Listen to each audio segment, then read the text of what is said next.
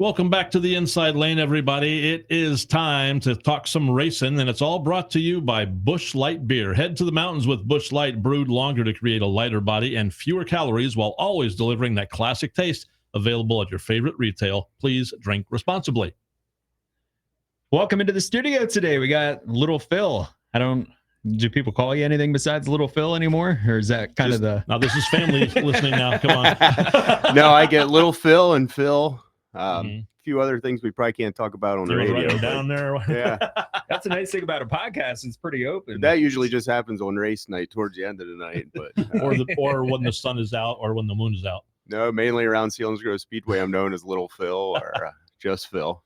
Yeah, we've wanted to get you on here for a while, and schedules obviously didn't line up, but you are the marketing guy. Selinsgrove Speedway this year, the big comeback for the track. And I know this year's been a little tougher because you have had to deal with weather a lot. A lot of the races you weren't able to get in, but so far so good on the races you could run, look like.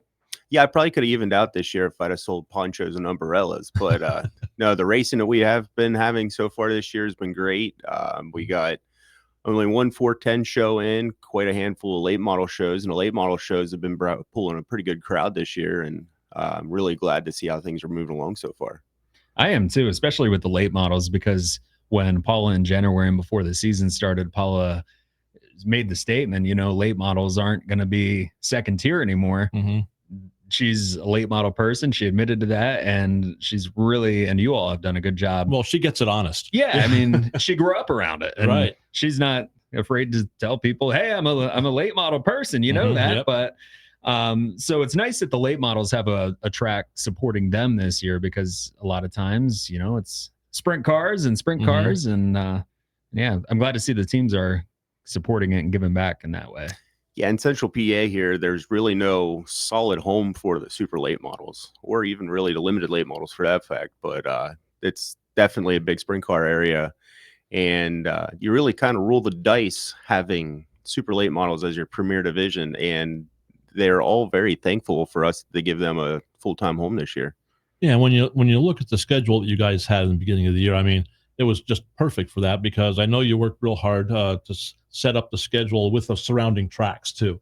Try and make it as equitable as possible for everybody, so they didn't have to make a call if they wanted to race super lates. They could come to Selinsgrove, and try not to compete the same nights. And if they have the same program as Port Royal does, I know Grove doesn't run the super lates that much, if at all, but other tracks do. But I mean, you're giving them a home, and they've got to love that. I mean, when you look at the car counts, they've been pretty good. Yeah, we were actually able to sit down with Steve O'Neill and Seth Kozier from Port Royal Speedway and compile our schedules together. And we really only had 2 races that conflicted each other. And we gave them one and we took the other one, and it worked out well. I wish we were able to do that with everybody, but it worked out great to be able to set up a late model show on a Friday night. And then Saturday night, they follow up at Port Royal Speedway, and they only have to make that shot out Route 35. Yeah, that makes perfect sense. Your background a little bit, just for people that don't know, you pretty much were, I don't know about born at the racetrack, but you started going there at a pretty young age. Your hatched dad raced. Is the word you're looking for, hatched at the racetrack. Your dad raced, your family's been in racing. You raced for a period of time, go-karts and sprint cars, and coming up through the ranks, how do you go from racing go-karts to running the marketing at a dirt track? Well, it's as some people know, my little cousin is Michael Wolder that races at Port Royal Speedway. So it's a family business, really. My great-grandfather started racing back in the day, and then my grandfather and all his brothers, and then every boy pretty much since then. I think only one cousin I have that didn't race anything at one time. That's a boy. And but I started racing go-karts when I was 4 years old. And then when I was 24, I had just started my sprint car career, and then I got sidelined from some health issues, and really had no idea what direction to take. The doctor told me I'd never be able to race again, and that was pretty much the end of life as I knew it, really. Yeah, I mean, that's what you lived and breathed that. Yeah, on the track. I grew up with guys like Danny Dietrich and them. We were best friends growing up, but we were always expected to take our dad's seat one day. And when the seat got taken away from me, I didn't know what else to do. Mm-hmm. So then I started doing photography and videography, and I really wanted to do that to show people how I felt about racing. You know, it really came from my heart when I made those videos, to show people what it looked like through the eyes of a racer. And that really took off. And then that set me up for traveling out west of Knoxville and Eldora and places like that, and with the Owl Stars and with some of the Outlaws, living life on the road part-time. You did a lot of things with in-car cameras, right? Yeah. Yeah. Yeah, it's actually me and Brock Zierfoss were the very first people to ever actually put a camera inside the visor of a helmet, so you could see the POV of a driver. Oh, wow. And then shortly after we did that, Ron Capps did it. And then shortly after Ron did it, then Formula One started to do it. NASCAR's still trying to figure it out. They don't quite have it dialed in yet, but sometimes they take a little longer, I think. Yeah. Oh, yeah. It's one of those they're trying to things- figure out how they can sell it too. Yeah. It's one of those things. I absolutely love working at Middlesworth Potato Chips, but at the same time, if I would have patented the in-helmet cam, I probably would be sitting on a beach doing this over the phone instead, and not making potato chips. Well, you would have had your friends with you, right? Nudge, nudge, wink, wink. Oh yeah, there you yeah. go. We could have Okay. sat down there and had a nice cold bush light Now we're in talking. the sand. Yeah, excellent. Sounds like a plan to me.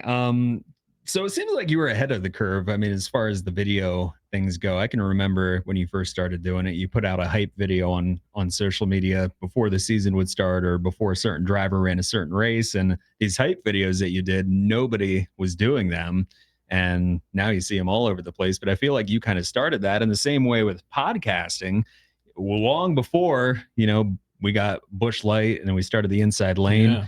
You were involved in starting a podcast that took off too. It seems like everything you touch takes off. Well, I'm hoping that happens at the Speedway.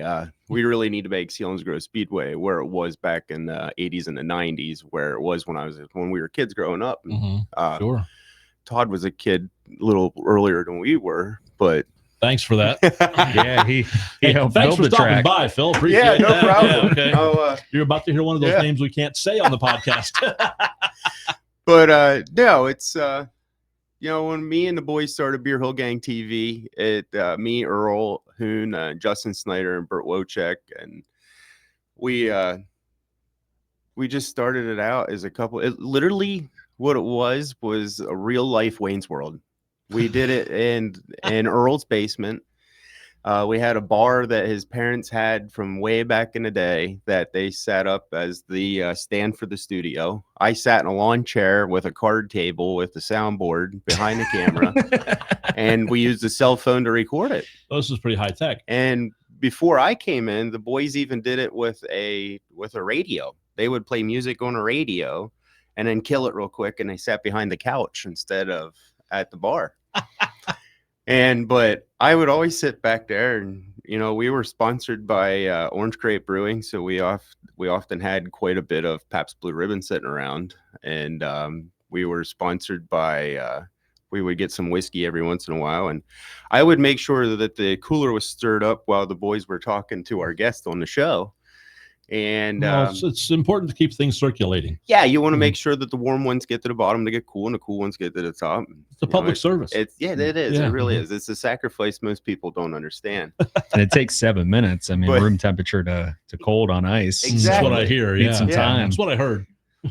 But do you miss those days? I do. Yeah. There's I absolutely love where I somehow managed to stumble into in life where where it really got real for me is I was coming home from Knoxville one time, and I was sitting on the floor in the airport in Des Moines, and Frank Beers, that runs MRN radio, came up to me and asked huge dirt car fan. Yeah, Huge. well, he grew up in Pennsylvania. He grew up in Mifflintown. Yeah. And he come over and was talking to me, and he said, "Hey, why don't you join me for breakfast this morning?"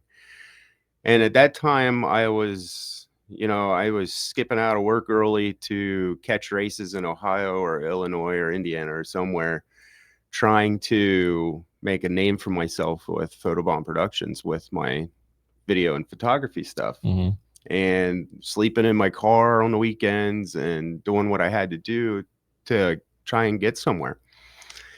And then all of a sudden there I was sitting in Des Moines at the airport having breakfast with Ray Everham and Aaron Crocker Everham and Ashley Stremme and the postman and Frank and all these people. And I'm like, you know, at the time I worked at Wood Mode, and I'm like, I just make kitchen cabinets for a living. What How did I end up here? What am I doing here? And then we got done with that, and I was kind of dumbfounded, and I still had an hour till my flight took off, and I'm back sitting on the floor in the hallway, living this through my mind, you know, telling my dad about my awesome breakfast I just had. And this guy come up to me and he goes, "Hey, mate, are you Phil Wolder?" And I said, "Yeah." And he said, told me his name, and he said, "I'm from New Zealand." And he said, "I love your show, Beer Hill Gang TV." He said that him and his mates have brekkie while they watch our show in the morning. And I'm like, you've got to be kidding me. And then me and the boys realized, you know, we were a big deal in Australia and New Zealand. There you go. But going worldwide. You know, I was, and then that led up to the point where fast forward a couple years, and then Benny Bishop from the World Series Sprints called me up one time. And the World Series Sprints is like the World of Outlaws in Australia. And I was doing all the commentary for their show. They have basically what's like,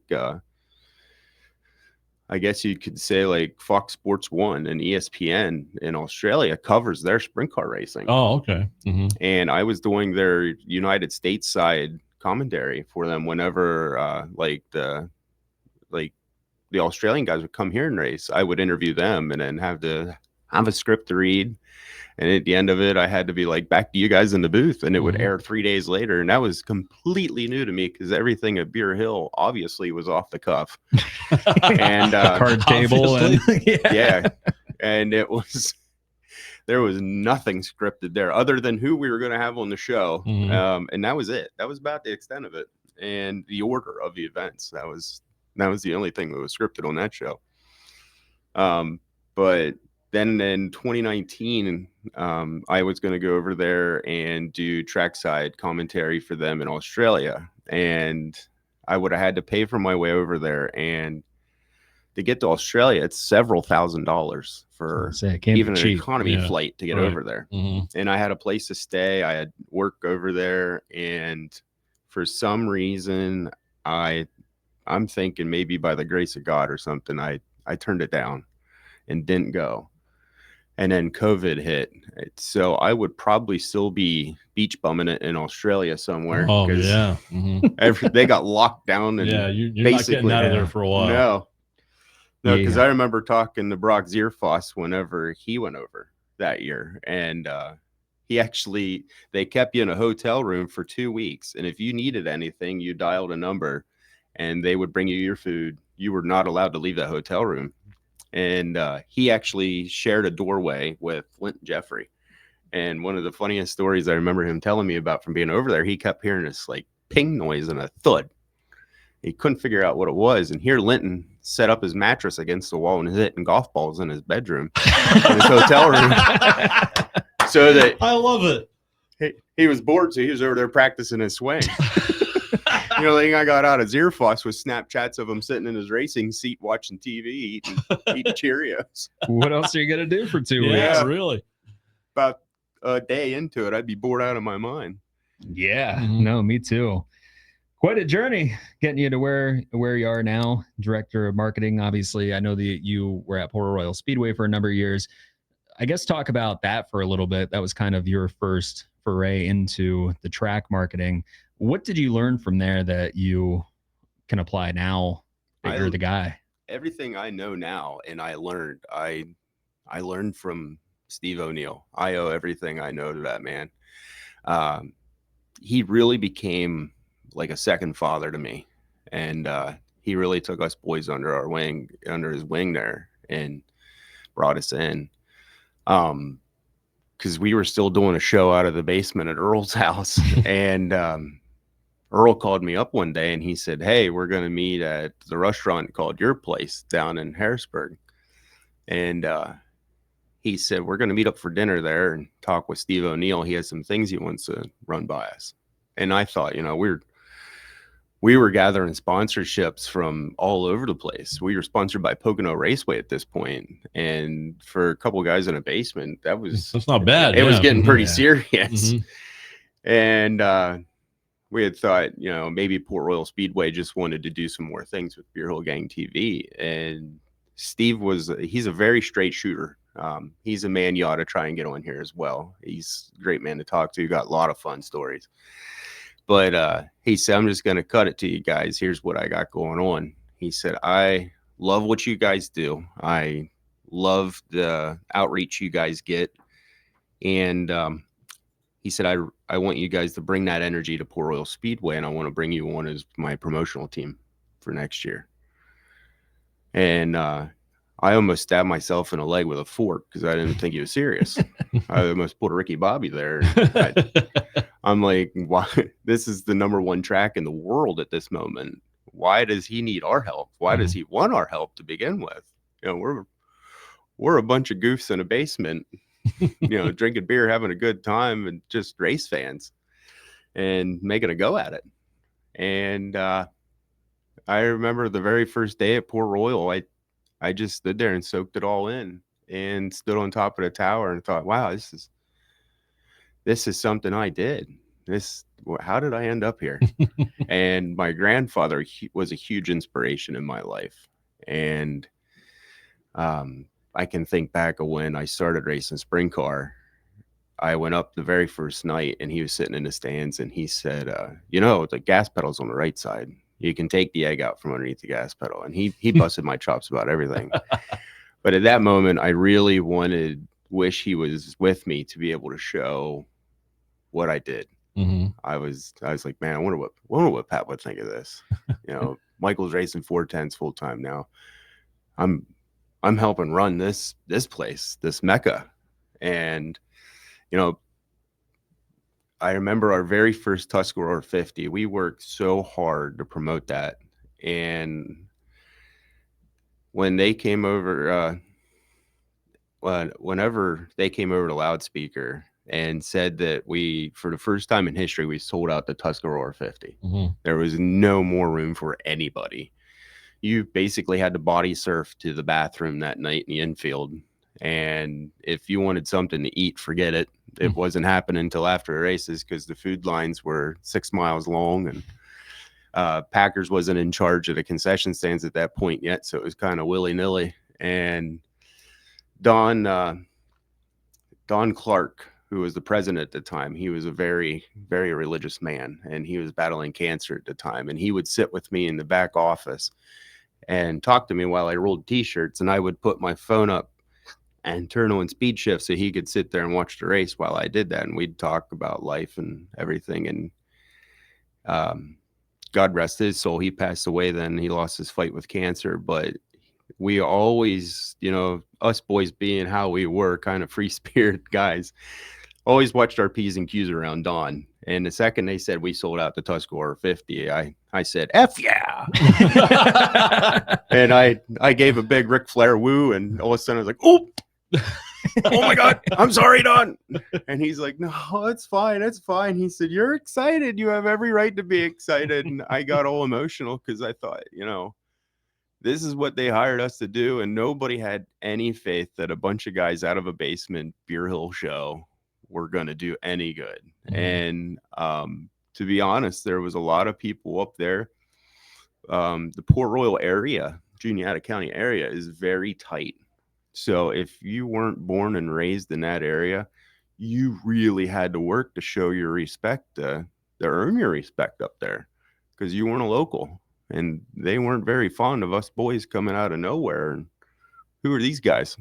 Taking over their track. Yeah.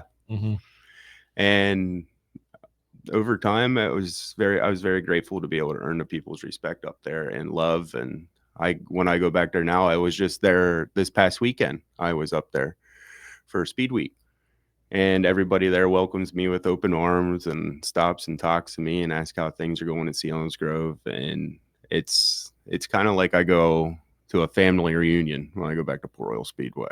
And the only reason I left there is because Selinsgrove Speedway needed some help. And I was working down here at Selinsgrove Ford, and Todd Benner said, "What would it take for you to come to Selinsgrove and help out?" He said, well, I don't know what they're paying you there, but we might be able to match it. And I said, I don't care about the money.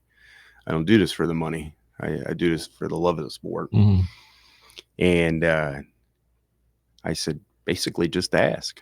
It's where I grew up. So he asked.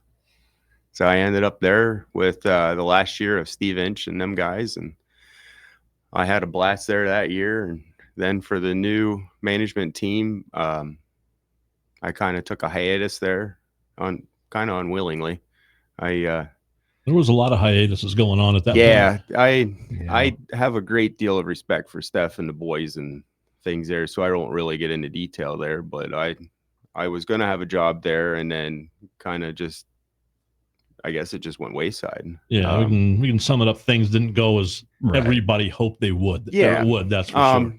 They had great intentions and a great vision for the place. It just, I think it became overwhelming, and people don't really understand what it takes to run the behind the scenes things there. Well, everybody online knows how to run a racetrack. Oh, yeah. All you have to do is look. Mm-hmm. Yeah, they definitely, the online, the keyboard promoters, they're a dime a dozen. That's why you just and they're overpaid. Yeah. I tell everybody, I'm like, you just gotta stay out of the comments. Do not read the comments. No. Yeah. All that's gonna do is make you mad. Then you're gonna do something dumb. Mm-hmm. You're gonna spend more money than you need to. You're gonna say something stupid if you. And none of us in this room need any more money to convince us to do something dumb. No, I'll do it for free. Exactly. Yeah. I do it for a cool pop. And I feel like, getting into something like that, if you've never been on that side of it, you might not realize, and you try to hit the ground running. And then once you get into it a little bit, stuff starts piling up that you didn't think about. And I mean, I would not want to take the track over. I would not want to do that. Like what Paula and Jenna and them are doing now, and Colin and you, like that is a lot. Mm-hmm. Well, I got to give my hats off to them three. Not one of them three had anything really to do with the business end of it. Paula or Jenna did some go-kart races. Paula helped promote her dad's race, and Colin was a fan. Yeah. And, Jenna and Paula are my cousins. My uncle was Paul Long, his wife Twyla, and my grandfather were brother and sister.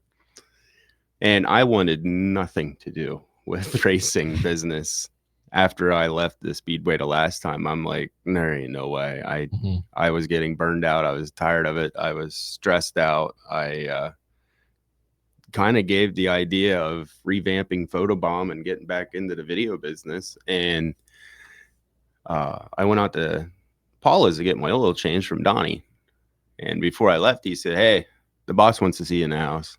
I said, "Oh, okay." So I just went in to see what she was up to. And she said, "So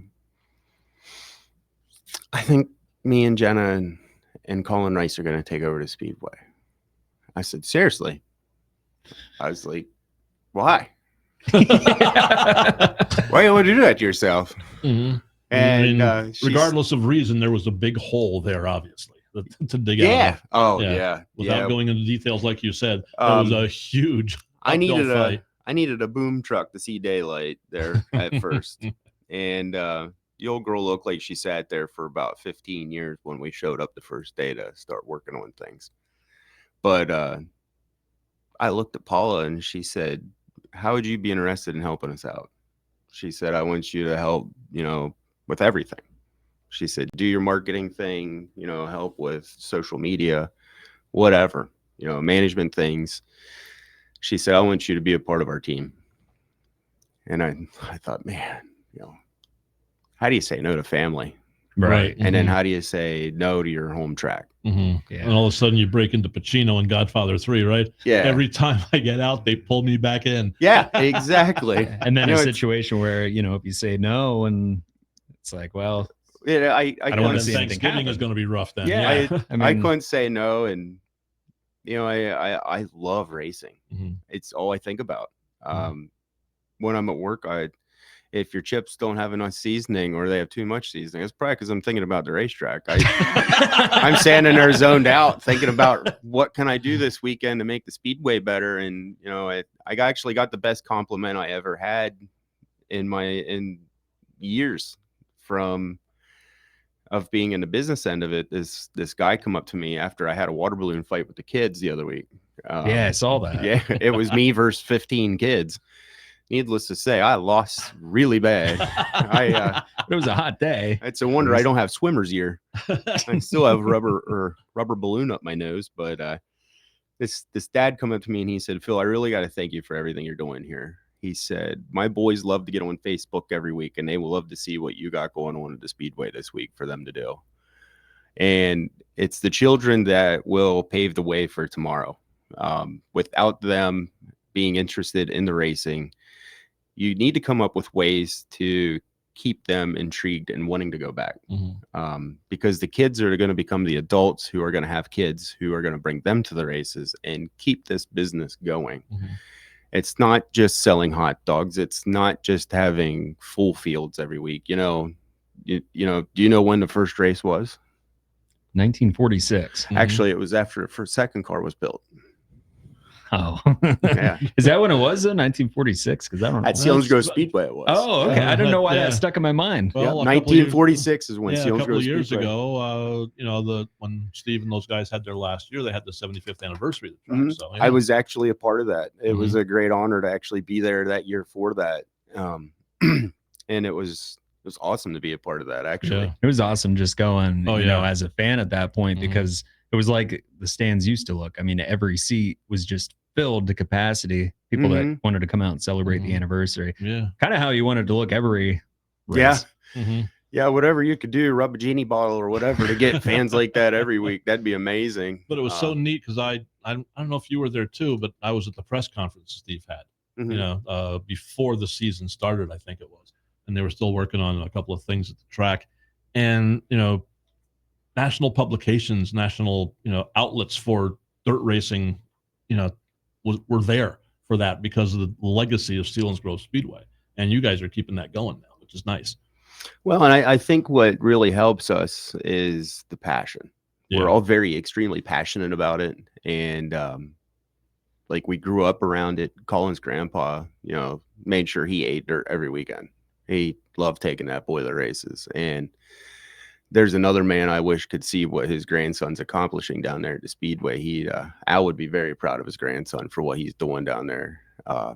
Colin's there about 7 days a week, whether it's mowing, fixing something, painting something. Mike Folk's down there weed whacking every week. We call him Groundskeeper Willie. He runs around with his bucket hat on. And I actually made a little caricature of him, and we got T-shirts made for him that say Groundskeeper Willie. And, Nice. as long as you give him a cold beer and something to drink and send him on his way, it's all a man he's needs. content. Yeah. All a man needs. That and racing. Yeah. But he's, he don't want anything. Mike don't want anything for it. He don't want paid. He don't want nothing. But if I had 12 more mics, that'd be amazing. But there's always work down there for people to do. Anybody come looking for something to pass time. What I do for my exercise program, with me and the dog go down there and walk 3 laps around the Speedway and look for, maybe there's some debris that fell off of something, or maybe there's some rocks that got turned up or something in the Speedway. And if we walk 3 to 6 laps around the Speedway, that's pretty good. Yeah. It is the Inside Lane podcast. It's brought to you by Busch Light. Head to the mountains with Busch Light beer, brewed longer to create a lighter body and fewer calories, while always delivering that classic taste. Available at your favorite retailer. Please drink responsibly. Quick question, kind of piggybacking off something you just said, and that is the 75th anniversary. Couldn't find another seat in the house. Week to week, the attendance numbers can be a little bit of a struggle. Do you think weekly racing is kind of fading away a little bit and it's going more towards special events only, like an Eldora does? Or do you think there's still a place for weekly racing, and there's going to be a place for weekly racing? It is getting very difficult to have just a normal show. Just to have a regular night of racing is very difficult to have anymore. And that's kind of where we stayed away from the streaming for this year. Like back when I worked at Port Royal Speedway, I remember when we started streaming out there, everybody was terrified of it. But it really is a double-edged sword. Oh, yeah. As a race fan, I love it because I can sit down and I can watch a high limit show on a Wednesday night and keep up with what my friends are doing out on the road. But at the same time, when you live, 15 miles from the Speedway on a Saturday night and you don't come, you're not buying a hot dog. You're not buying your favorite driver's shirt. It reflects everything. Mhm. Unfortunately, sometimes everybody complains about the price of admission, but if more people would come, you could drop that. And you have to pay a decent payout to get the cars to show up. So it's kind of like a domino effect, Mhm. really. We got to pay more to have teams show up from further away, and to pay more, we have to charge more, and to charge more, we need more, or charge less, we need more people to show up. So it's kind of, Well, one thing But- that has to be heartening, Donna, we talked to the ladies about this too, is the business community in the area has really stepped up to help Selinsgrove try and get back on its feet too. yeah, there All the was sponsors. really only a very, very, very minute amount of people that were like, oh, I don't know. I got burned the last time. I don't know. But the amount of people that called us Mhm. that we didn't even have to reach out to, that were like, hey, what can I do to help out? I love this place. This is where I grew up. This is what I remember as a kid, and this is what I want to be a part of. And they didn't have very much success with the last group, but they still want to see the Speedway succeed. And it's very humbling, really, Sure. to see the amount of people that are interested in helping us out and are reaching out to us. It's actually making my job as the marketing director extremely easy. It's like, Don't say that too loudly. Yeah. Well, usually you're running around like a chicken with your head cut off, trying to, find whatever money you can to make the place go. But a lot of people were like, hey, what can I do to help out? What can I do here? Some people you still play phone tag with. Some people you play tag with on email. Some people call you. Mhm. And lately, a lot of people have been calling us. We love what you're doing. You guys are doing a great job. We love that you're doing this and that, and we want to be a part of it. And it's we alluded to this too with Paula and Jenna, but it's a really good team that's there. And I kind of feel, going back to Steve O'Neill, like that's something that he's really good at. And anybody that is successful like Steve is, he can see talent, and he can build a good team. And that's what you have there right now. I feel like, Paula, Jen, none of you are doing this for the money. It's just because if It's you guys racing. wouldn't, who would? It's racing. Like, to keep the And- track open. And I'm very proud and very honored to be a part of the team that we have down there now, and not just with those three, but everybody. The people from the concession stands, the ticket takers, to the track crew, to the promotional team. And when I left Port Royal, it was almost like the evil guy on Willy Wonka was trying to pull me into the shadows and ask what the secret was that made that place so successful. And that is what made that place so successful. That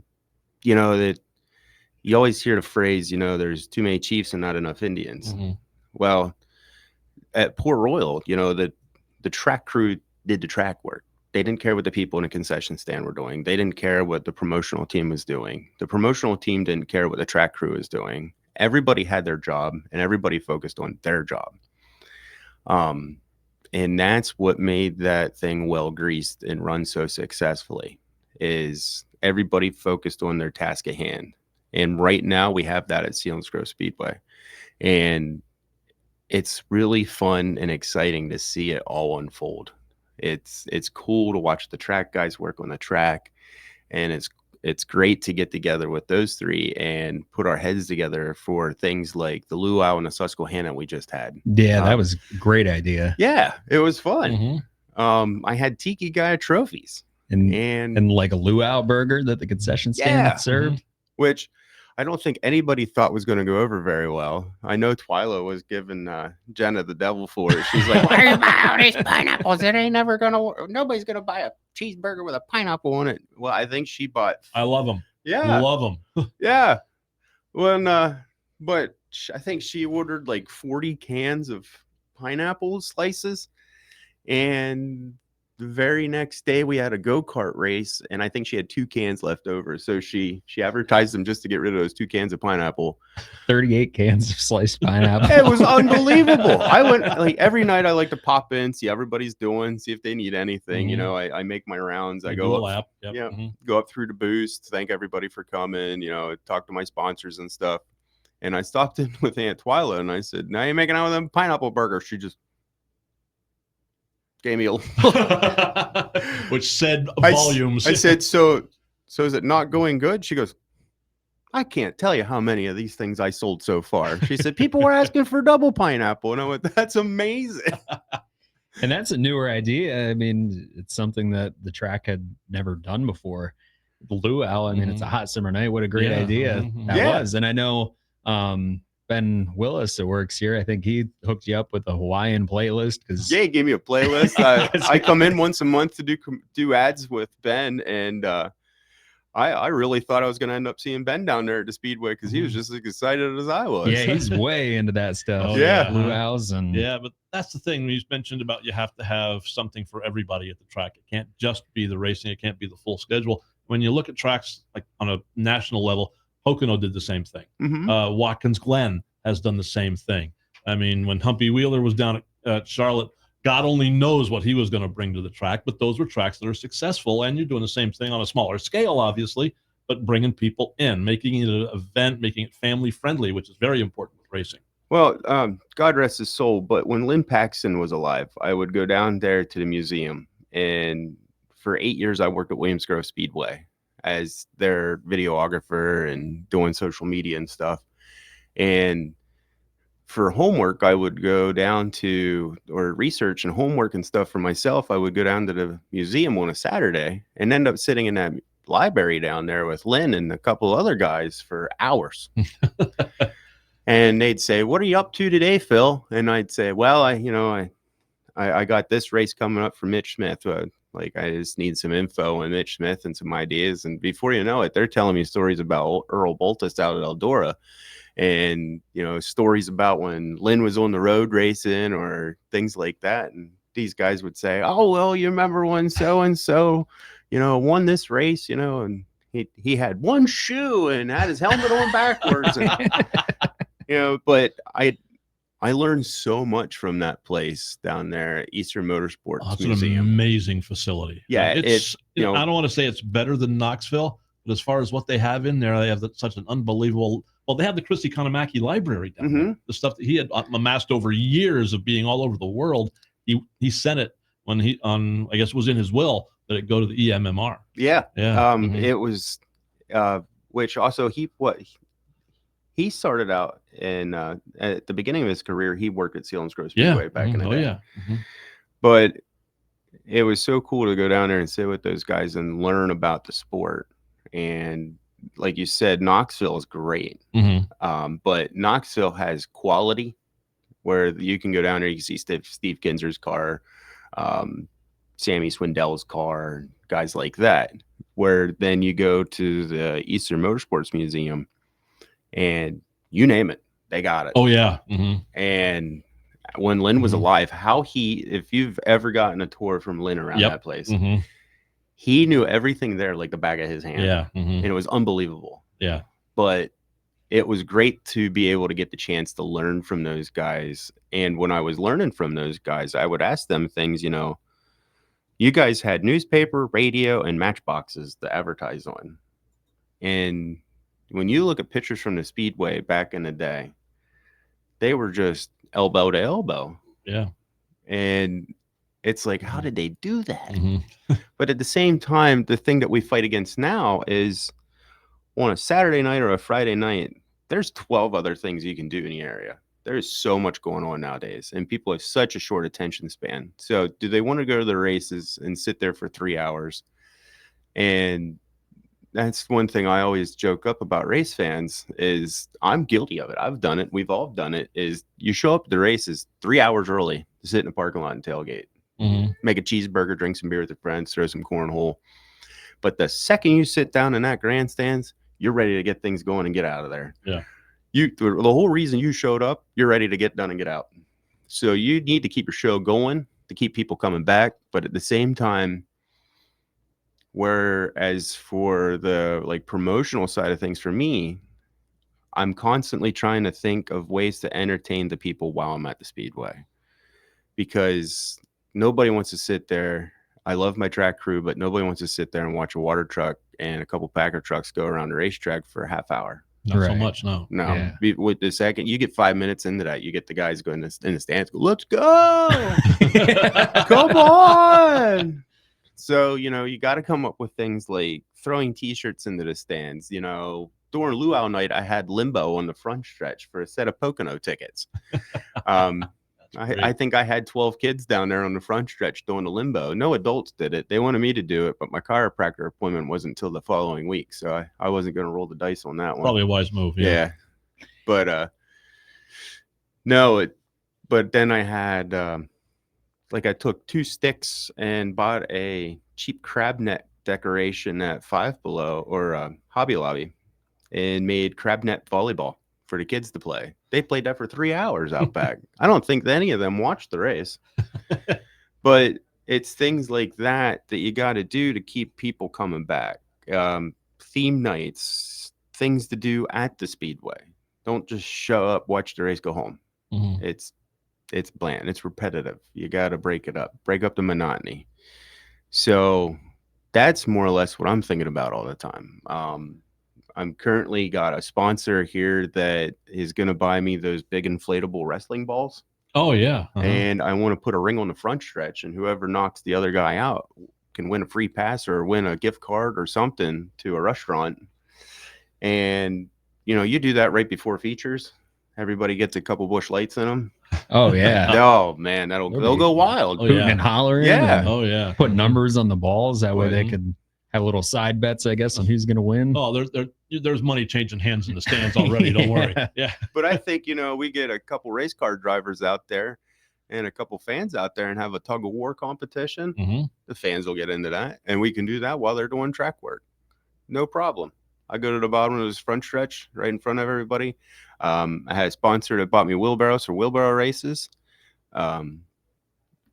It's just things like that to break it up. And all You know, that and- stuff you're mentioning, it's either sponsored or like the crab net. It's not like you're throwing out thousands of dollars. It's simple No. things that Mhm. the track's doing that No, other tracks aren't. Yeah. And when I looked up the things for, I compiled an Amazon list for things like that to do. And I even had those Suma balls wrapped into it. And with everything I got, I think I had 12 things put into that Amazon cart, and it costs somewhere around $500.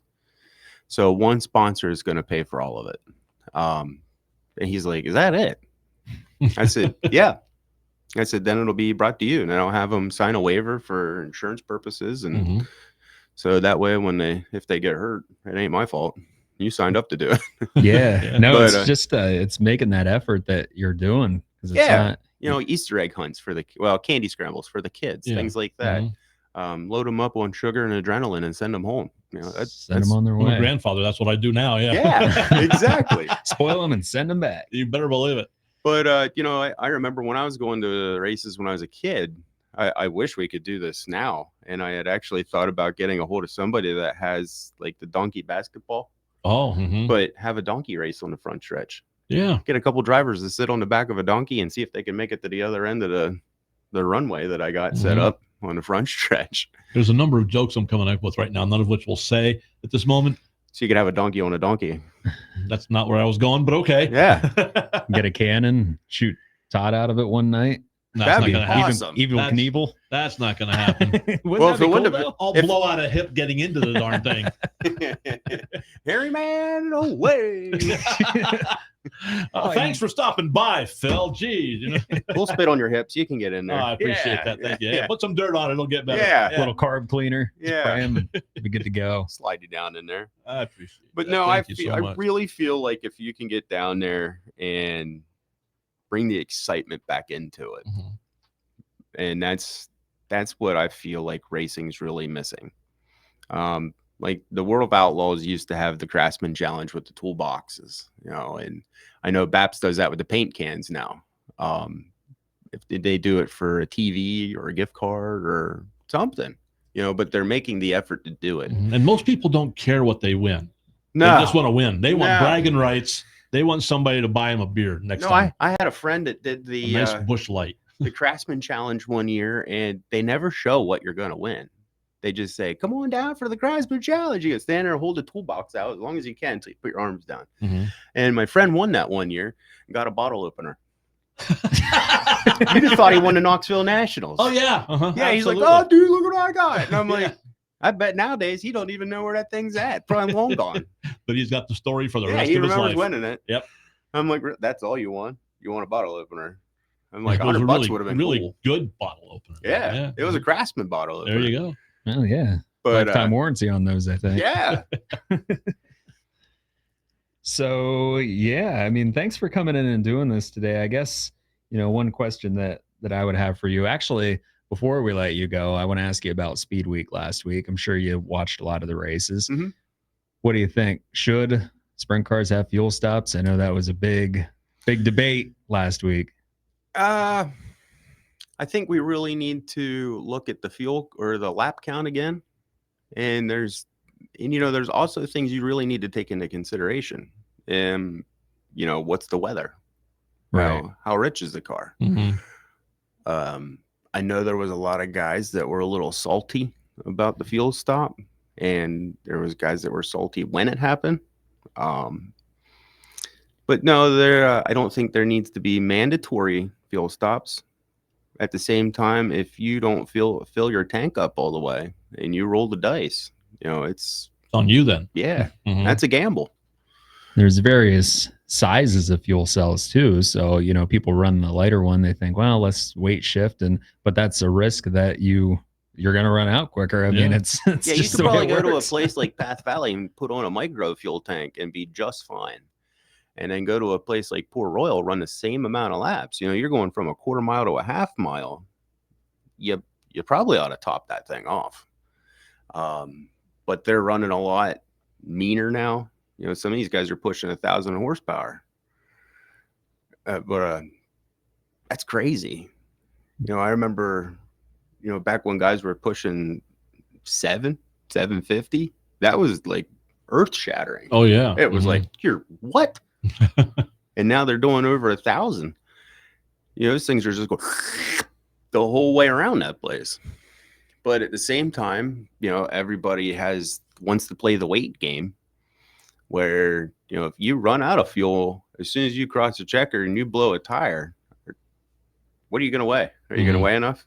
Yeah. Mhm. You gotta take that into factor that And you also got to throw in who drives which way, who drives more aggressive, who drives more conservative, depending on what the race is structured, how the race is going. That's going to make a difference too on fuel consumption, obviously. Yeah, you get a guy like Lance Weiss that runs around the bottom there. Mm-hmm. And, on Saturday when I was out of Port Royal, I have a great deal of respect for him and Anthony.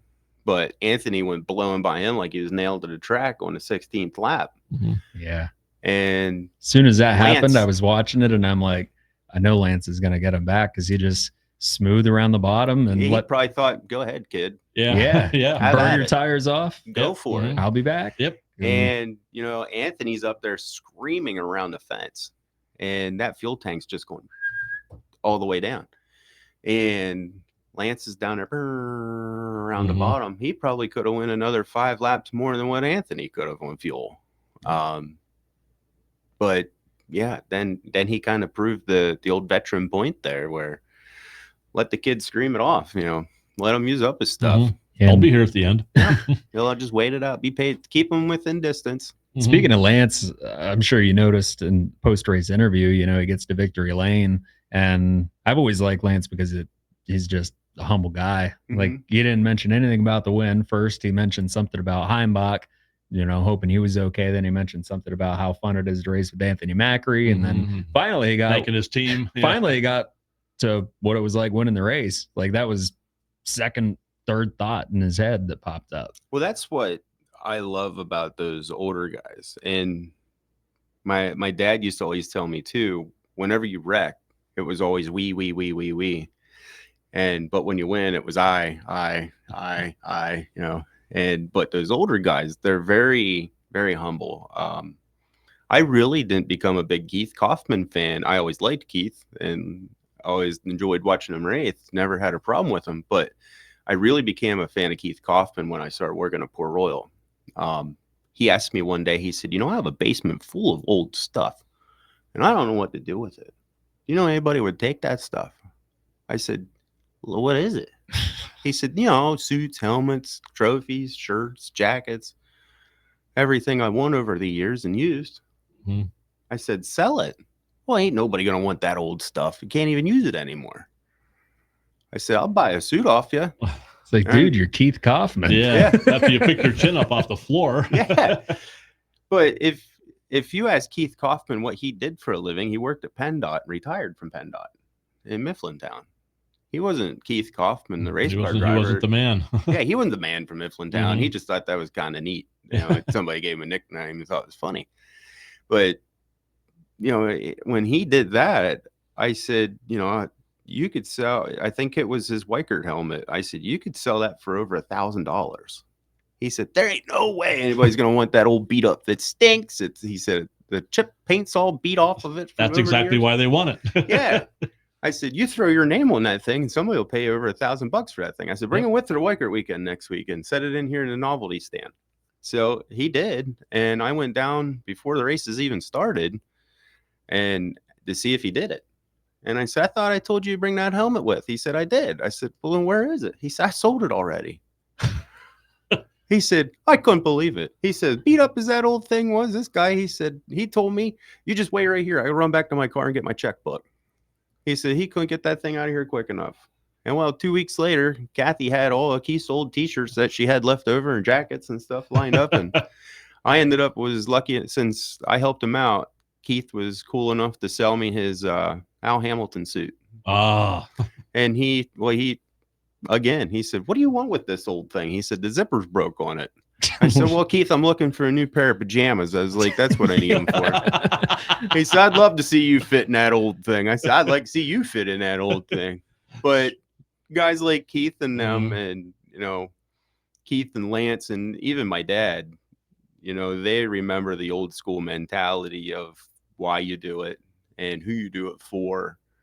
And at any given minute, it could all be swiped away. Like when I started out with the photography end of things, I made a great deal of friends with photography. And a lot of them helped me get to where I am today. And I'll never forget that. And I'm forever in their debt for that. And I told those guys that had my back the whole way from Photobomb Productions to when I started Photobomb for Williams Grove, I had an old cell phone and a GoPro. And that's how I started making videos. I found a GoPro laying outside the racetrack down here at Selinsgrove. And Charlie said, if nobody claims it in 30 days, you can have it. So I took it. And I had an old cell phone that I shot the still video with. And then I became one of the promotional members of Port Royal Speedway and now the promotional marketing director of Selinsgrove Speedway and traveled all around the country doing things I love with racing. And a lot of those guys, I owed all of those guys. Yeah. And my family and friends for the support. And I told those guys whenever I got to Port Royal, I said, if you guys ever need help with anything, you let me know. If you need media credentials, something, you just get a hold of me. I'll make sure you're on the list. And that's because if one day, something happens at Selinsgrove Speedway, God forbid, and I'm out of the business, I don't want to leave. I want to do something again still. So it might end up be picking up a camera again one day. And I still want to have the respect of those who helped me get where I am today.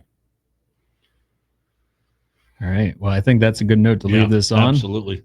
Thanks so much for coming in, Phil. We appreciate it, brother. Yeah, absolutely. And not just for coming in, but you've helped us a lot with there we go. Oh, yeah. With everything kind of behind the scenes, even offered to give us contacts on how to figure this video thing out, which we might still take you up on that. Oh, yeah. Still don't know what's going on, but brain dead disc jockeys over here, But yeah, you've been a huge help to us too. So thanks for that. I love what you guys are doing here. Keep up the good work and looking forward to seeing you guys down at the Speedway. I know you have a couple live shows coming up there. Yeah, within the next couple of months. I think 3 times we're going to have a Bigfoot broadcast. So And before too long, I'll be back across the hallway with Ben making more ads on the radio. And loving every minute of it. All right, we'll be back, of course, with another episode of The Inside Lane, brought to you by Busch Light Beer. Head to the mountains with Busch Light, brewed longer to create a lighter body and fewer calories while always delivering that classic taste. Right, Phil? You betcha. There you go. All available at your favorite retailer. Please drink responsibly.